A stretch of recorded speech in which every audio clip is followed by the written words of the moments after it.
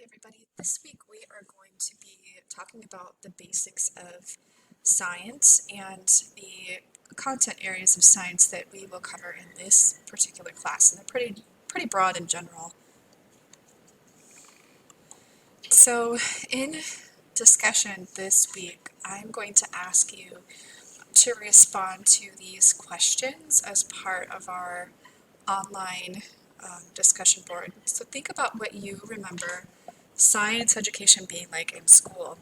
Did you have a favorite science experience? And then what do you want science education to look like in your current or future setting? And so it's important to think about your own science learning as a young child because it will absolutely impact your teaching. And it's important to recognize the good qualities of the teaching and learning that you experienced as a young child, and maybe the things that weren't so great. And I'll just give my own example of actually for my son who's now 14, when he was in early elementary school, he was learning science from a textbook and not by doing hands-on activities. And so for him, science was primarily just memorization and vocabulary comprehension. So it wasn't really science learning. And then when I think about my own science experience, not in early elementary school, closer to fifth grade, I had a teacher who, that's how she taught, was through hands-on science experiences, and she shaped her curriculum around the science learning that we did in class. And so she was able to teach social studies, the arts, math, language, reading. She was able to teach all of those content areas through her science curriculum, so it all blended together, which was amazing, and that's what I remember. And that's really what young children need as well. It should all be inclusive, it should be comprehensive, it should be embedded into everything that you do. And I think my face is in the way. Do you feel confident in your science understanding? And in this class, I want you to worry less about your content understanding and think more about the steps in the scientific method. We're going to talk about that and what scientific thinking really looks like. And so if you're like, oh, I don't like science, you might like science, you might not like the content of science, you might not have found, it's like choosing a genre of books. Some people really are not interested in earth science, but maybe they're really interested in life science. And so how do you feel about your science understanding? Do you feel like you're strong in understanding content? Do you feel like you're strong in understanding scientific processes? Do you feel like you're strong in both? Do you feel confused and don't know what I'm asking? That's okay too. We are going to work through all of this in this class. I'm going to move this. All right, so this is the scientific method, and I have a video here, and I always say that I'll link the video in the module, and then I forget, but I will put this one in the module because it's hilarious, and I've been using this video that's linked since 2014 in this class because it's a song, it's stuck in my head, and one way that we learn and remember sometimes is through music. And so this video is a song. I will link it in module right after I upload this video. It's hilarious. And then this is the scientific method. First, we have to start with a question. You can't begin any scientific thinking without being curious, right? So you want to be curious and have a question. And in this class, I want you to think like young children. What are young children curious about? What are they interested in? How would they ask a question that they want to then go find the answer to?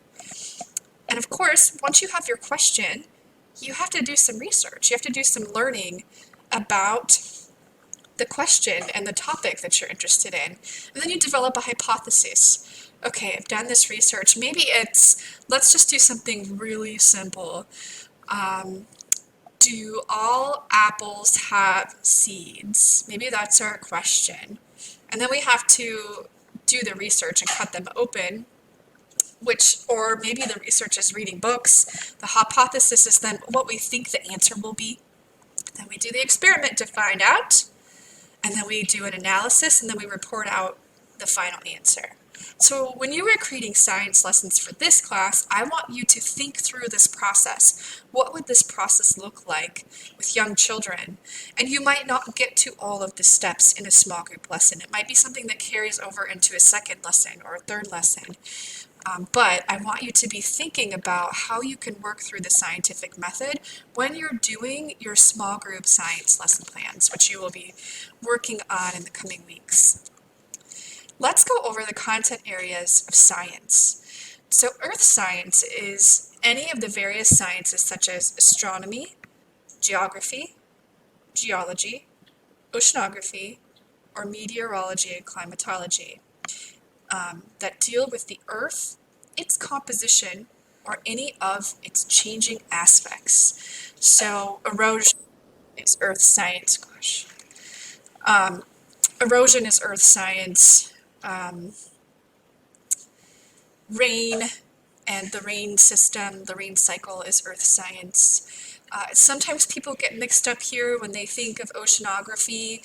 Oceanography can also be a life science if you're studying the living things in the ocean. But with oceanography, there's also the earth science element where you're studying things like ocean water, how it moves, etc. So earth science has to do with the earth, its composition, or any changing aspects of it. And when you are bringing earth science concepts into the classroom, I want you to remember that everything you do has to be tangible, hands-on, and real. So no representation. You can't bring in a model of the solar system, right? You could, but it would not be real, it would be a model. So astronomy is a really challenging bucket of earth science to teach to young children because it's incredibly abstract. And so I'm going to say that you avoid astronomy in this class, and when you're teaching young children, I would say when children are getting closer to 3rd or 4th grade, it's more appropriate. But when you're thinking of children prenatal or birth to age 8-ish, it's very abstract, and I want you to stick to things that are incredibly tangible and hands-on that you can bring into the classroom and experience again outside the classroom. This is where we get into some trouble with volcanoes too, because you cannot bring a volcano into the classroom, and it's very challenging to go see one as it's erupting here locally. And so that's another one to think. And we'll talk about the difference also between earth science and physical science. Some people think, well, I can make a volcano using sand and baking soda and vinegar. No, that is not a volcano. That is a chemical reaction. That is physical science. All right, life science is any science that deals with living organisms, their life processes, and their interrelationships as biology, medicine, or ecology. So in this class, we'll study life science as it pertains to living creatures, living things. This is where you do have to know your school or your child care center's rules around living animals, living creatures that you might bring into the classroom. I'm all for it. I say do it. Bring those fish in, bring those hamsters in, bring a goat in. But this really has to do with living organisms, including plants. And then physical science is any of the natural sciences dealing with inanimate matter or energy, such as physics, chemistry, and astronomy. So this is where some buckets overlap, because we can talk about astronomy in its physical sense as well, but we are avoiding astronomy in this class. So you're going to stick with physics and chemistry. And chemistry with young kids is simple as baking. Baking is chemistry, where you can see a chemical change or a physical change happening to matter. Also things like ice and steam, talking about liquids and colloids, gases, things like that. And physics is just the study of movement, and it's super fun to teach to young children. There's so many things you can do. So I'm just going to flip back. We've got earth science, life science, and physical science. Those are the 3 categories of science that we cover. They're pretty broad. You can really only categorize science into these 3 areas. Most sciences will fall under one or the other. And we're going to work through these content areas of science one by one, starting with life science. So we'll spend a week or two on life science, a week or two on earth science, and then we'll end the quarter talking about physical science. So let's talk about planning thematic units for young children. This is where you have to make sure you're planning tangible experiences. Children need direct experiences. They need to occur several times, not just one time, right? How many times do you have to do something before you really memorize and remember and internalize the learning? You have to do something a handful of times, sometimes many, many times. In science and teaching, you want to pay attention to children's interests. Unfortunately, in boxed curriculum and school district curriculum and some early learning curriculum, there's not a lot of academic freedom or choice. But if you have the opportunity to really follow children's leads and focus on the things that are important to them, the learning is going to be much, much richer. If children don't have direct experiences with the real thing, the experience holds no meaning. Forget. It's meaningless. Only providing one experience to investigate does not support deeper learning. And cute and crafty, Pinterest science experiments, you know what I'm talking about. They might be fun, but please question the purpose of those activities. I'm not saying don't use Pinterest, but most of what you find on Pinterest is going to be physical science, and it's going to be an experiment. I want you to think deeper than just a surface level experience or experiment for this class. And children learn best when they are intensely interested and involved. So why do we use themes? And this is important to this class because we will be using a theme to make a unit that you will create a unit at the end of the quarter. But to promote the development of concepts, structure the presentation of the concepts in a coherent way, so that you can focus on how content can be integrated, right? So teaching music through science, music through math, the arts through science, etc. Teachers get to observe children's thinking. The children are hands-on, motorically involved. Of course, there's focus on all areas of development: physical, intellectual, emotional, and social. That's the acronym for PIES. Or that's what PI stands for.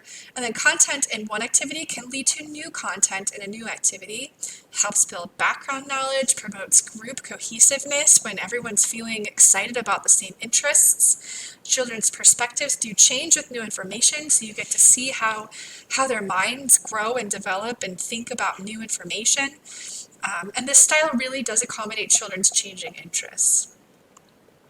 So the benefits, it helps you organize the learning experience, and it helps you develop direction, develop a centered pool of information, allows children to immerse themselves completely, keeps the learning environment varied and interesting, it establishes focus, gives purpose to instruction, emphasizes continued research, adds breadth and depth to presentation, and uses a variety of classroom structures across age groups to keep children interested. And then selecting a unit. I'm not going to go too much over this right now because I'm going to cover this again in another lecture, but let's just go over the basics. When you are picking a unit, it needs to be relatable to children's life experiences. It should represent a concept for children to investigate. It should be supported by a content of knowledge, or a body of knowledge. And it should rely on the integration of content learning. And so this is where I'm going to ask you to stretch. Every time that you develop a math mini lesson in this class, it is going to have a science focus. And so if we are studying life science, your math activity needs to be life science focused. And I'll tell you more about that coming up soon. And then the same content needs to be offered many different ways. All right, we made it. I'm going to put myself in the middle. This was just a quick presentation on science basics. I'm going to provide more information about life science as we jump in. I'm going to talk more about small group planning because your lessons will be small group lessons for this course. And then I'm also going to talk more about creating a math plan because that's what we're going to start with. If you have any questions, of course, shoot me an email. Thanks, everybody.